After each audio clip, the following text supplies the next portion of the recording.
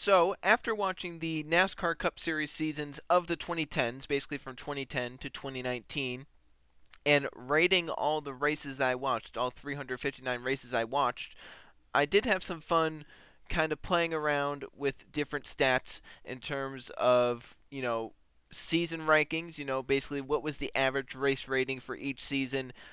It was fun looking at track ratings, how each race at each track kind of averaged in to the track itself. But the one that I was most interested in were the race ratings itself. Since every race that I watched during that era I gave a 0 to 100 rating, it all comes out, and I was wondering what would it look like if I put all the seasons together with all the races together. What would be the best races and what races would be the worst? Well, I ended up doing that, and today I'm going to bring you my 10 worst races of the 2010s in the NASCAR Cup Series. So once again, this is my opinion on it. This is not like, oh, this is the law of the land of the 10 worst races. But this is when I was watching them through at the time, what I gave them, and why I gave them that. Basically, immediately after I watch a race, I give it a race rating, and I put in some notes about why I felt the way I did about it. So basically, these races that I'm about to talk about, I'm kind of expanding upon why I felt the way I felt about it, and basically why they are some of the 10 worst races. So once again, this is my opinion of the 10 worst races of the 2010s in the NASCAR Cup Series. Green flag is in the air. We are off and rolling at Pocono. The 2013 Party in the Poconos 400 comes in at number 10 on this list. So a rained-out qualifying session put Jimmy on pole, and he made the most of it as he was dominant throughout the race, leading over 120 of the 160 laps run. And behind him, there was very little battling. At points there were very large gaps between positions, and the race was in a lull with only one caution, which was for debris in the first 115 laps. And on the opposite, complete flip side of that, with the whole first portion of the race being filled with green flag racing, the final 30 laps were interrupted with a rash of cautions, leading to many short runs and restarts. But it didn't matter because Jimmy was still able to maintain out in front every time, and mostly due to the fact that the outside was too dominant on restarts, often having the inside guy second or third place lose spots on the restarts, which with how many restarts were late, kind of made it seem a little bit unfair, and a lack of tire fall-off also allowed Johnson to pull away, and Greg Biffle as well. They walked away to a 1-2 finish in this race, but they were only on 2 tires, while the drivers on 4 tires behind couldn't make any runs at them. So overall, the 2013 Party in the Poconos 400 ranks at a 26 out of 100. Green flag in the air. We're racing at Dover. It's not often that an elimination race with a walk-off victory would be rated so poorly, but the 2015 AAA 400 at Dover comes in at number 9 on this list. While the race may be remembered by most for Dale Jr.'s heroic move around the outside turns 3 and 4 to advance through the first round of the playoffs, or for how insanely close the cut line battle was all the way down to the end, the race as a whole, however, was very, very poor. Kevin Harvick stomped the field, leading all but 45 laps, and 23 of those laps were the first 23 laps of the race because he had to start further back since qualifying was rained out. He was a little bit further back in the field. He had to work his way through traffic, and once he got up front, he rarely lost the lead. Passing was also at a minimum throughout the rest of the field, with less than 1,000 passes throughout the entire 400-lap race for the whole field combined. This was mostly due to the fact it was an overcast day, coupled with lower horsepower. This was the first year they went down from the maximum horsepower, and a larger spoiler, which led to higher corner speeds, creating a much harder environment to pass, with dirty air being prevalent all throughout. While the playoff drama did definitely improve the race's rating, it just was not enough at all to get it out of this bottom 10 ranking, with the 2015 AAA 400 coming in at a 26 out of 100. Boogity, boogity, boogity! Let's go racing, boys! At number 8 is the 2018 Firekeepers Casino 400. This, in my opinion, was one of the sloppier races that I watched during this tenure, mostly due to NASCAR and their officiating of it because of weather in the area and them trying to rush the race to get in. The end of stage 1 was a huge mess, with NASCAR never opening pit road because the caution came out so late in the stage.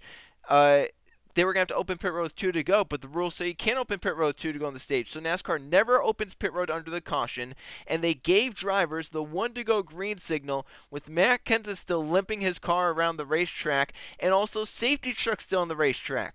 And then, to top all of that off, it's likely that not all of the debris was cleared on track because Chase Elliott got a flat tire coming to take the green flag to end the stage, so he had to pit and lose track position and basically forfeit stage points. Also, on top of that, when Harvick would get in front, he would easily pull away from the pack, but the overcast and cool conditions led to more on-throttle time with less tire wear. Clint Bowyer ended up winning the race on a 2-tire call, holding off Kevin Harvick's 4 tires, and as the rain came, he was able to secure the win. Not much good to take away from this race, puts the 2018 Firekeepers Casino 400 at a 25 out of 100.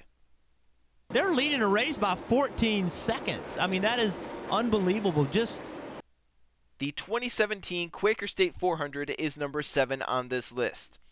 All I can really say about this race is that Martin Truex Jr. actually killed the field. He was ready to win by 16 to 17 seconds before Kurt Busch blew up, causing a caution. With 2 to go, basically Truex entering turn 3, coming to see the white flag, so any chances of that massive victory were ruined. In fact, it looked like Truex's chances of victory were really going to be ruined when, on that final caution, everyone else on the lead lap came to pit road, 4 tires, besides Truex. However, he was still able to hold on and comfortably win on the older tires. It also seemed like throughout the entire race, the only car that was able to move through the field on a regular basis was Kyle Larson's. But that car ended up failing inspection and being DQ'd for some illegal parts. So overall, the race was very hard to pass throughout, and Martin Truex Jr.'s car was so good, he stomped the field, and there was not much passing throughout all of it. It was a very poor race at a very poor racetrack, and it gives the 2017 Quaker State 400 a 25 out of 100. We're underway.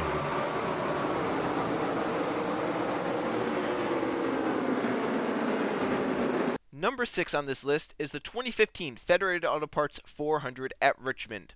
The 2015 Chase Cutoff race provided no excitement whatsoever to the chase battle as Matt Kenseth dominated the race, leading over 350 of the 400 total laps. There were only 4 different drivers that saw the lead in this race, with the total amount of passes over the course of the race being less than 1,000 once again.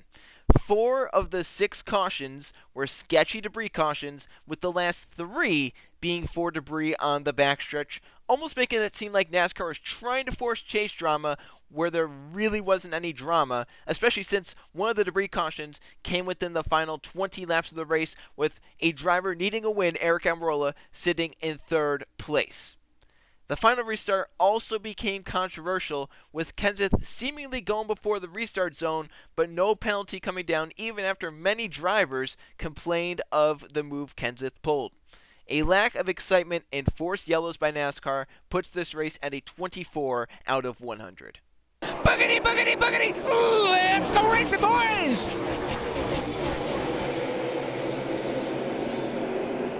The 2019 Pocono 400 comes in at number 5 on this list. This, to me, is often regarded as the worst Pocono race I've ever attended, as the race had nothing in it to write home about. The first year of the lower horsepower and higher downforce package created terrible dirty air through the longer Pocono corners, which allowed the lead car to often maintain control of their position.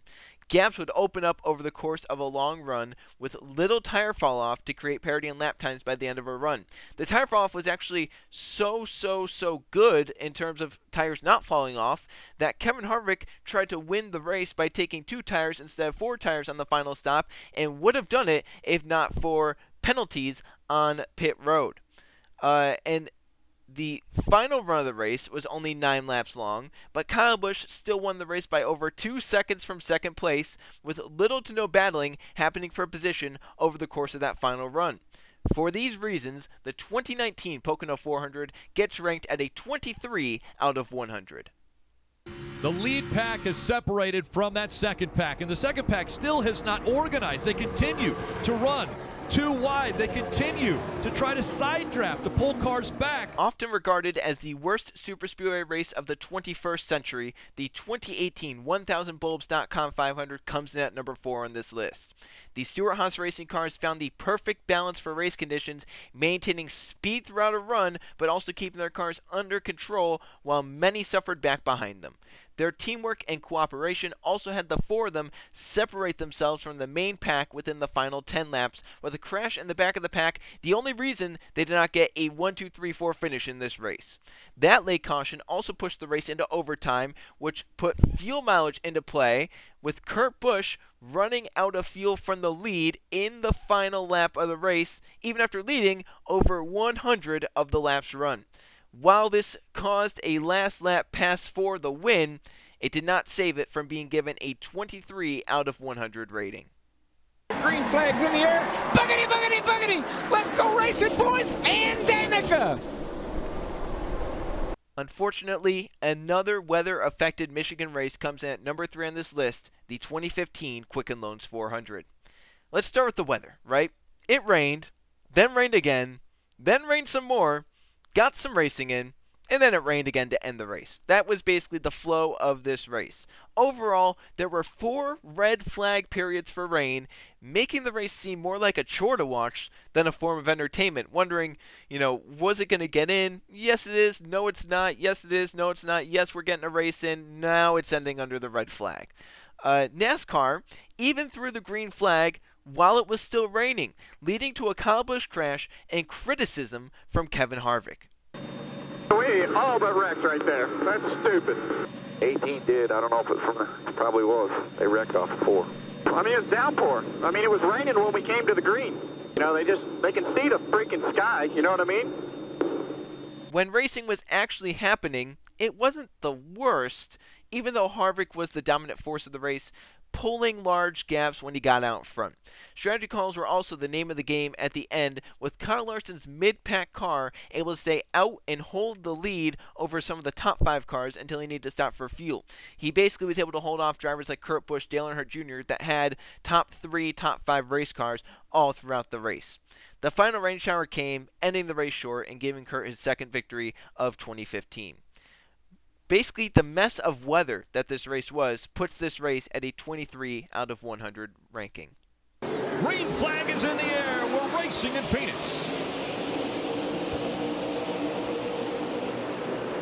Sorry, Quicken Loans. The 2015 Quicken Loans Race for Heroes 500 comes in at number 2. It was a race that was delayed to nighttime by weather, and immediately from the start, issues arose. One of the favorites to win his way into the final round, Kurt Busch, was penalized for jumping the initial start of the race. After this, only 2 cautions came out, one of which was a planned competition caution. Harvick got out front and dominated after the competition caution, only losing the lead during green flag pit cycles, with large gaps and little racing between cars further back in the pack. The race went green for nearly 150 laps before a yellow in the middle of green flag pit cycles shook up the running order, giving Dale Jr. the lead by an immense amount of luck. A long cleanup led to a rain shower, producing a downpour over Phoenix, ending the race short and setting the final 4 round via weather. So, often left a bad taste in the mouth of a lot of fans and drivers, as the drivers didn't get to battle it out for the final 4 spots at the end, with Carl Edwards being a favorite to try and outpoint Martin Truex Jr. for the final spot. Not much occurring in this race puts it at a 22 out of 100. Green flags in the air. We're underway.